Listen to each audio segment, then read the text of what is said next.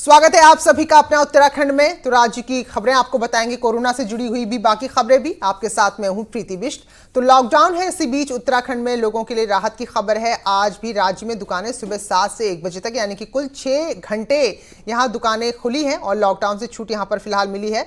तो कल सरकार ने फैसला जो लिया था तो उसके बाद सवाल भी उठे थे कि क्या 6 घंटे की छूट में जो लॉकडाउन का एक मकसद है वो पूरा हो पाएगा। क्या लोग इतने 6 घंटे तक घरों से बाहर ही रहेंगे तो फिर कैसे कोरोना की चेन को तोड़ा जाएगा। तो फिलहाल लोग निकल रहे हैं घरों से बाहर, तो किसी तरह की हड़बड़ी नहीं है। और ये भी तय हुआ है कि अगर आपके पास 2 पहिया वाहन है, 2 व्हीलर है, तो 1 शख्स उसमें जाएगा, और 4 पहिया वाहन है, कार वार कोई गाड़ी है, तो उसमें 2 शख्स जाएंगे। तो लोग भी पालन कर रहे हैं इसका। और ये तस्वीर देखिए कि कैसे एक दूरी का ख्याल रखा जा रहा है, एक निश्चित दूरी का ख्याल रखा जा रहा है और इस तरह सामान खरीदा जा रहा है। तो वाकई में ये अच्छी तस्वीरें हैं और खुशी भी हो रही है कि लोग इस तरह की जो छूट मिल रही है उसका नाजायज़ फ़ायदा नहीं उठा रहे हैं, क्योंकि छूट आपके लिए है, लॉकडाउन भी आपके लिए है और उसका ख्याल यहाँ पर रखा जा रहा है। तो बाजार में लोग पहुंच रहे हैं, लेकिन अब जो हमने कहा कि वो हड़बड़ी नहीं है, वो हबड़ तबड़ नहीं है, वो छीना झपटी नहीं है। अल्मोड़ा में भी आज बाजार खुले हैं 6 घंटे तक, पूरे राज्य की तरह। तो देखिए जरा, लोग आ रहे हैं सामान खरीदने के लिए। हमारे संवाददाता किशन जोशी जो अल्मोड़ा की प्रमुख बाजार है लाला बाजार, वहां का जायजा लिया है, देखिए तस्वीरों में।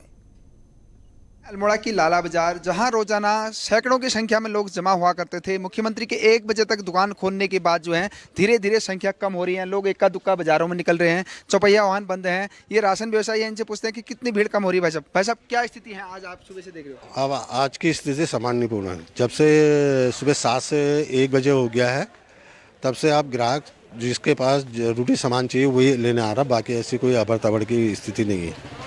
देखिए, व्यापारियों का भी साफ तौर पर कहना है कि लोग अब जरूरी काम के लिए ही निकल रहे हैं, क्योंकि उन्हें 1 बजे तक की छूट दी गई है। उसके बाद लोग सोच रहे हैं कि सुबह न जाके दोपहर में जाए। इस तरह से संख्या धीरे धीरे कम होती जा रही है।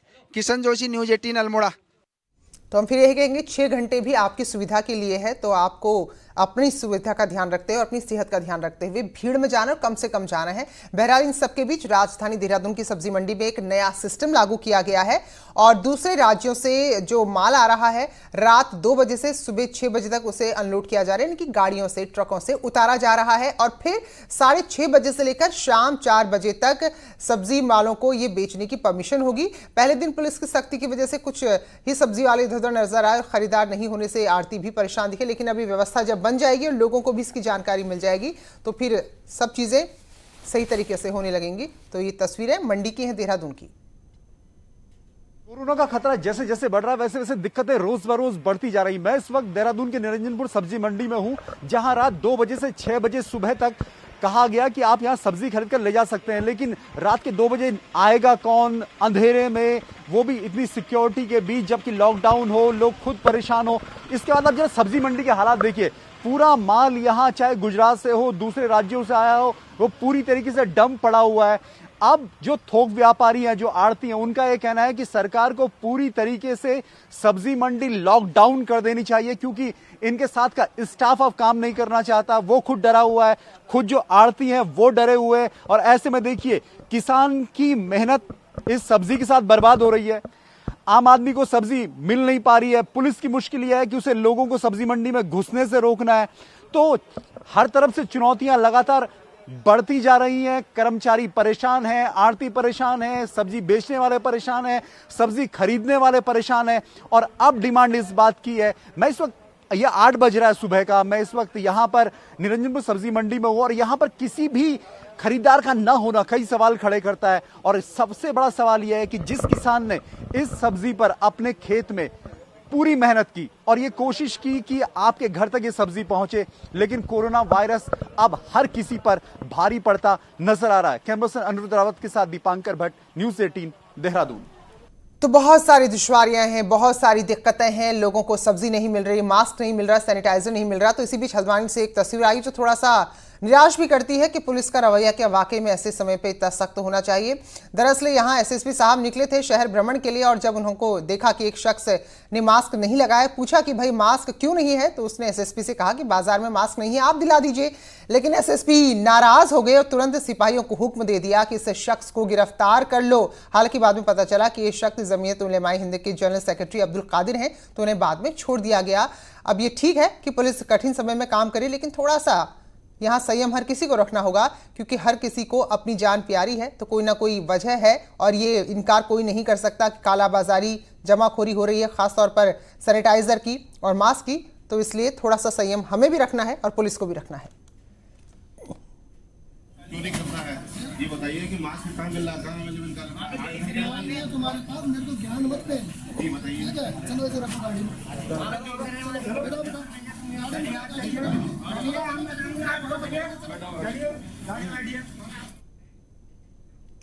तो तरीका गलत है तो बातें हो सकती लेकिन सलीके से, लेकिन यहाँ पर बाद में जब पता चला कि भाई ये तो थोड़े से रसूख वाले हैं तो उनको छोड़ दिया गया। बहरहाल लॉकडाउन के बीच लगातार उन लोगों की मुश्किलें सबसे ज्यादा हैं जो अपनी मेहनत के लिए अपने घर बार को छोड़कर दूसरी जगह आए हैं। तो ऐसे ही पहाड़ों के कई इलाकों में जहां ऑल वेदर सड़क का काम चल रहा है उसमें मजदूर लगे हुए थे, तो अब वो लौटने लगे हैं। रुद्रप्रयाग के रोड पर ये लोग नजर आए हैं जो पैदल ही अपने घरों के लिए निकल पड़े। तो ये कह रहे हैं कि ठेकेदारों की जिम्मेदारी नहीं ले रहा, काम ठप पड़ा है, तो अब वो कैसे घर को जाएं। तो फिलहाल 300-300 रुपये ही इनको थमा दी गई और कह दिया गया कि वो लोग यहाँ से जाएं। तो 200-200 किलोमीटर पैदल ये लोग चले हैं सहारनपुर से अपने घरों के लिए।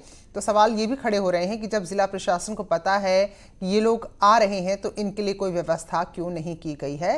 तो ये तस्वीरें देखिए जरा, सैकड़ों किलोमीटर ये लोग भूखे प्यासे पैदल चल रहे हैं।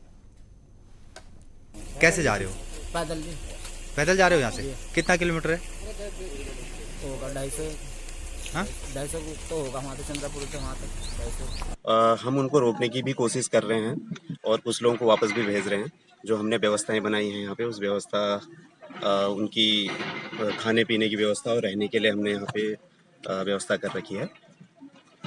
कोरोना वायरस के संक्रमण के बाद, लॉकडाउन के बाद जो स्थिति हुई है उससे जो बिल्कुल गरीब तबका है, निम्न वर्ग का तबका है, उसको सबसे ज़्यादा दिक्कतें सामने आ रही है। हमारे पीछे आप देख सकते हैं ये एनएच के मजदूर हैं जो कि एनएच में सड़कों पर काम कर रहे थे और अब जो है ठेकेदार ने इन्हें जो है इनके जो खाने पीने का खर्चा था, इनके रहने का जो खर्चा था, उस पूरी अपनी जिम्मेदारी से हाथ खींच लिए हैं और अब ये लोग जो है पैदल यहाँ से सहारनपुर और यूपी के अन्य जिलों के लिए निकल रहे हैं। ऐसे में बड़ी बात जो सामने आ रही है वो ये आ रही है कि आखिर ये लोग यहाँ से यूपी तक कैसे पैदल जाएंगे और किस तरह से इन लोगों की खाने की व्यवस्था हो पाएगी। चलन सिंह रावत, न्यूज़ 18, रुद्रप्रयाग। और टिहरी में भी ऐसे ही मजदूरों का एक दल है जो करीब 3 दिन से भूखे प्यासे निकला है अपने शहरों के लिए, नजीबाबाद के लिए। ये मजदूर 200 किलोमीटर का सफर तय कराए हैं। इनसे हमारे सहयोगी सौरभ सिंह ने बातचीत की है, तो सुनिए जरा इनकी भी कहानी, इनकी भी मजबूरी। लॉकडाउन के चलते जो सबसे ज्यादा प्रभावित हुआ है वो मजदूर वर्ग है और कहीं ना कहीं जो उनके ठेकेदार हैं उनका काम धंधा बंद हो गया, जिसके चलते अब उनके सामने रोजी रोटी का संकट पैदा हो गया है और अब वो अपने घरों की ओर जा रहे हैं, लेकिन पैदल ही वो लोग लगे हुए हैं। कुछ हमारे साथ यहाँ पर को आप देख सकते हैं कि ये मजदूर वर्ग के लोग हैं जो यहाँ काम करते थे नई टेरी में, लेकिन अब काम धंधा बंद हो गया और 4 दिनों से अपने घरों में कैद थे। इनके सामने रोजी रोटी का संकट था। अब ये लोग पैदल ही अपने घर की ओर निकल गए हैं। कहाँ जाना है आप लोग को? क्या काम करते थे यहाँ? सर पेंट का काम करता है, नजीबाबाद जाना है। अच्छा, तो लॉकडाउन चल रहा है, कितनी परेशानी हो रही है? सर बहुत ज्यादा परेशानी, खाने की दिक्कत, सारी दिक्कत, हमें काम की दिक्कत, हमारे बच्चे परेशान हुआ घर पे, बताओ तभी तो जाना है। इनका कहना है कि घर में लोग परेशान हैं, तभी यहाँ भी जब रोजी रोटी नहीं मिल पा रही है इसके चलते अपने घरों की ओर जा रहे हैं। अब आप लोग पैदल ही निकले हुए हैं? जी सर, पैदल ही जाएंगे ना, तो बताओ सवारी नहीं मिला, कुछ नहीं मिला, तो पैदल ही जाएंगे ना फिर तो। अच्छा, तो खाने पीने की कुछ व्यवस्था है? व्यवस्था तो है, थोड़ी बहुत है व्यवस्था। कुछ नहीं है हमारे पास व्यवस्था। सर कुछ नहीं है हमारे पास, भूखे हम 3 दिन हो गए भूखे ऐसे ही। तो 3 दिनों से ये लोग भूखे हैं और अभी खाने पीने की इनके पास व्यवस्था नहीं है। क्या आप लोग लेके जा रहे हैं अपने साथ में? इतना लंबा सफर है। कुछ नहीं है, कुछ बिस्किट कुछ नहीं, बिस्कुट है, बिस्कुट कुछ नहीं है। मतलब क्या करे, मतलब ये परेशान है, दुखी हो गया, क्या करे। अब पैसे नहीं है तो क्या होगा, बिस्कुट भी कहाँ से मिलेंगे बिस्कुट।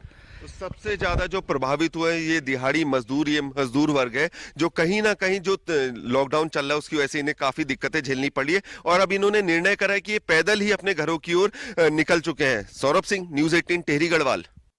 और नैनीताल की बात करें तो यहाँ रिक्शा चलाना हो, नाव चलानी हो तो बहुत ज्यादा बाहर के लोग भी यहाँ आकर काम करते हैं। तो नैनीताल से हमारे सहयोगी वीरेंद्र बिष्ट बता रहे हैं कि यहाँ के मजदूरों की क्या स्थिति है, क्या दिक्कत है। कोरोना वायरस के संक्रमण को लेकर जिस तरह से पूरा शहर लॉकडाउन है, उससे जो छोटे काम करने वाले लोग हैं उन पर संकट आ खड़ा हुआ है। ये देख सकते हैं कि जो नैनीताल के जो मजदूर हैं, चाहे वो रिक्शा चलाने वाले या दिहाड़ी मजदूर या राजमिस्त्री, करीब 150 ये लोग हैं, बिहार के ये रहने वाले हैं और इनको दिक्कतों का सामना करना पड़ रहा है। ना खाने के लिए कुछ है, काम नहीं चल रहा है, तो सब कुछ ये परेशान है। क्या नाम है आपका, क्या दिक्कतें आ रही है? मुन्ना यादव। सर, हम लोग कल से खाना नहीं खाए हैं, काम धंधा सब बंद है और इसमें हमको जाने की भी कोई व्यवस्था नहीं है। हम लोग यहाँ पे फंसे पड़े हैं। हमें सरकार से दरख्वास्त है, हमें या तो जाने की व्यवस्था की जाए, नहीं तो यहाँ खाने पीने रहने की व्यवस्था की जाए। क्या काम आप करते थे? क्या दिक्कतें आ रही हैं? राजमिस्त्री का काम करते थे सर, तो सारा काम तो बंद हो गया है। तो अब हम लोग खाने का और पीने का व्यवस्था किया जाए, सरकार से निर्बंध कर रहे हैं। आपको क्या दिक्कतें आ रही हैं, कैसे रह रहे हैं? क्योंकि घर किराया भी नहीं होगा, आप तो लगातार जब कमाते होंगे तभी खाते होंगे। हाँ जी, अभी तो हमारा दिक्कत यही है जी, बस खाने पीने की दिक्कत है और रहने का भी व्यवस्था नहीं है। किराए वाले मकान पर रहते हैं, उसको किराया भी देना है, कोई सुविधा नहीं मिल रहा है। तो ये कह सकते हैं जो ये लोग हैं, अगर आप देख सकते हैं ये करीब काफ़ी संख्या में यहाँ पर हैं। और अगर पूरे शहर की बात करी जाए तो नैनीताल में 150 से ज़्यादा ऐसे मजदूर हैं जो रिक्शा चलाते हैं या फिर दिहाड़ी मजदूरी करते हैं या फिर जो राजमिस्त्री का काम करते हैं। तो ऐसे लोग लंबे समय से यहाँ पर फंसे हुए हैं और उम्मीद करते हैं कि सरकार ऐसे लोगों की मदद के लिए आगे आए ताकि इनको राहत मिल सके, क्योंकि 2 दिन से इन लोगों ने खाना भी नहीं खाया है। वीरेंद्र बिष्ट, न्यूज 18, नैनीताल। और इन्हीं कठिन परिस्थितियों के बीच पिथौरागढ़ चंपावत के 24 लोग प्रशासन की मदद से चंपावत पहुंचे हैं। इन 24 लोगों में से 5 पिथौरागढ़ के हैं। चंपावत पहुंचने पर सभी का पहले मेडिकल चेकअप किया गया, तो सब कुछ ठीक मिला। तो उसके बाद उन्हें रास्ते में उनके घर के लिए रवाना किया गया। तो उनका कहना है कि 9 बार मेडिकल चेकअप हुआ है और अब पिथौरागढ़ के लोगों को आगे भेज दिया गया है, जबकि चंपावत पहुंचे लोगों को एहतियात के तौर पर 14 दिन के लिए क्वारंटीन कर दिया गया है। यहाँ ये उत्तराखंड गवर्नमेंट की तरफ से जो बसों की व्यवस्था की गई। कितनी जगहों पे चेकिंग हुई है आपकी? हमारे करीब 9 जगह। वैसे जांच हुई है? 9 जगह। कौन कौन सी जगहों पे हुई है? वहाँ हुई थी, केरल में हुई थी, उसके बाद दिल्ली में हुई थी, दिल्ली में 3 जगह हुई। फिर हम लोग रैन बसे में रहे, वहाँ भी हुई 1 जगह जाँच। उसके बाद हमारी रुद्रपुर में हुई है। इसमें से जो यात्री यहाँ के, कुछ लोग यहाँ के रहने वाले हैं और 5 यात्री जो हैं वो पिथौरागढ़ डिस्ट्रिक्ट के भी हैं। तो इनको यहाँ हाथ चेक किया गया। इस समय प्रथम दृष्टया तो इनको सही पाया गया है। कहते हैं कि कुदरत अपना संतुलन खुद बना लेती है। भले ही पूरे विश्व के लिए इस वक्त संकट की बड़ी घड़ी है, हर कोई यहाँ पर इस वक्त मुसीबत में है, लेकिन हरिद्वार की सड़कों पर जो तस्वीरें सामने आई उसने कहीं ना कहीं हमें ये बताया, एहसास दिलाया कि दरअसल हमने भी किसी की जिंदगी में बहुत ज्यादा दखल दे दिया है। चीतल और सांभर देखिए कितने आराम से खुलेआम सड़कों पर निकल आए हैं और ये वीडियो बड़ी तेजी से देखा जा रहा है। तो ये वीडियो जब पहले आया था तो पहले हमने पड़ताल की कि क्या वाकई में ये हरिद्वार का ही वीडियो है, तो वीडियो पूरी तरीके से सही पाया गया है। हरिद्वार शहर 3 तरफ जंगल से घिरा है और लॉकडाउन के चलते जब सड़कें सूनी हैं तो अब ये देखिए जो हमारे वन्य जीव हैं जिनके कभी घर हुआ करते, सड़क दुकान मकान जहां हमने ये बना लिया है, तो वो फिर शहरों पर निकल आए क्योंकि शहर भी अब उनको वीरान लग रहे, तो उनके लिए इनका घर जैसा ही है। हरिद्वार वन प्रभाग इस बात की पुष्टि कर रहा है और लोगों से सड़कों पर खाद्य पदार्थ नहीं फेंकने की अपील कर रहा है, क्योंकि हो सकता है कि कुछ ऐसा खाना ये लोग खा लें जिससे इनकी दिक्कत आई, या फिर बार बार इधर आ सकते हैं बस्ती वाले आबादी वाले इलाके में। तो ये तस्वीरें देखिए।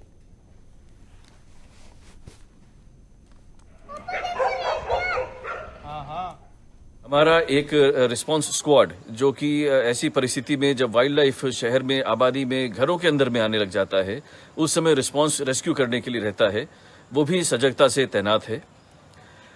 हमारी पेट्रोल यूनिट्स 24 घंटे सजगता से काम कर रही हैं। वाइल्ड लाइफ आपके आबादी क्षेत्र में आने से हतोत्साहित करने में आपके भी सहयोग की आवश्यकता है। आपसे अनुरोध है कि अपने घर के आसपास में शाम को उचित प्रकार से रोशनी की व्यवस्था रखें। तो इन जानवरों को बचाना है क्योंकि आ रहे हैं, तो ऐसे में कोई खाने पीने का सामान भी ना फेंकें और रोशनी रखें ताकि आपको भी कोई नुकसान ना हो। फिलहाल हल्द्वानी नगर निगम के दायरे में कुछ दिनों सैनिटाइजेशन का दौर जारी है। नगर निगम ने केमिकल से भरे 60 टैंकर इस वक्त पूरे शहर को सैनिटाइज करने में लगाए हैं। तो हर वार्ड में जाकर सैनिटाइजेशन का काम हो रहा है और खुद मेयर भी इसकी जिम्मेदारी संभाले हुए हैं और ये सुनिश्चित कर रहे हैं कि जो काम होना है वो सही तरीके से हो, खानापूर्ति ना हो। जोगेंद्र रौतेला यहाँ के मेयर हैं और सड़कों के सैनिटाइजेशन का काम और कुमाऊं का एंट्री गेट भी है, वहां पर सैनिटाइजेशन का काम बहुत जोरों से चल रहा है इस समय।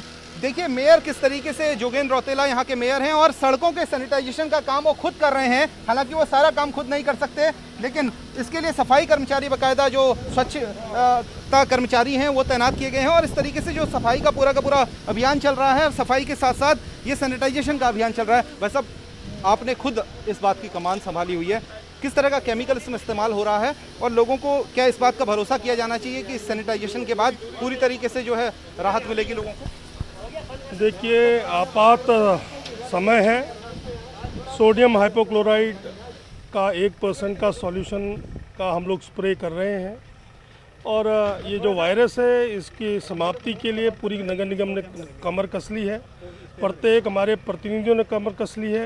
नगर आयुक्त साहब भी हैं सर, किस तरीके से मॉनिटरिंग करेंगे? 60 टैंकर जब जाएंगे तो उनको मॉनिटरिंग किस तरीके से? देखिए हमारे सभी जो हमारे नायक लोग हैं इसको मॉनिटर कर रहे हैं, हम लोग भी समय से जा रहे हैं, हमारे दोनों SNA भी जाएंगे और मेरा कोरोना वायरस के संबंध में शहर की जनता से यही अनुरोध है कि अपना सोशल डिस्टेंस बनाए रखें और दूरी बना रखें और इस संक्रमण से हम अवश्य ही लड़ेंगे और जीतेंगे भी। हल्द्वानी नगर निगम क्योंकि कुमाऊं का सबसे बड़ा नगर निगम है, इसलिए यहाँ की रिस्पॉन्सिबिलिटी भी नगर निगम पे बहुत ज़्यादा है और क्षेत्र भी बहुत ज़्यादा बढ़ चुका है। लगभग 60 वार्डों में इसकी सैनिटाइजेशन की व्यवस्था होनी है, सार्वजनिक सैनिटाइजेशन होना है, इसलिए चुनौती ज़रूर बढ़ी है, लेकिन नगर निगम अपनी तरफ से पूरी तरह से लगा हुआ है। कैमरा पर्सन अनिल कुमार के साथ शैलेंद्र नेगी, न्यूज़ 18 हल्द्वानी। चुनौती बढ़ी है, कुछ लोग इस समय को और मुश्किल बना रहे हैं तरह तरह की अफवाह फैलाकर। कोटद्वार में एक युवक में कोरोना की पुष्टि हुई है, लोग घबराए हैं और वहीं उलझुल बातें सोशल मीडिया पर शेयर की जा रही हैं। तो पुलिस ने कार्रवाई की और 2 लोगों के खिलाफ मुकदमा दर्ज कर लिया है। इसमें हैरानी की बात और शर्म की बात यह है कि कथित पत्रकार भी शामिल है। प्रशासन ने ऐसी अफवाहों से बचने और घरों में रहने की लोगों को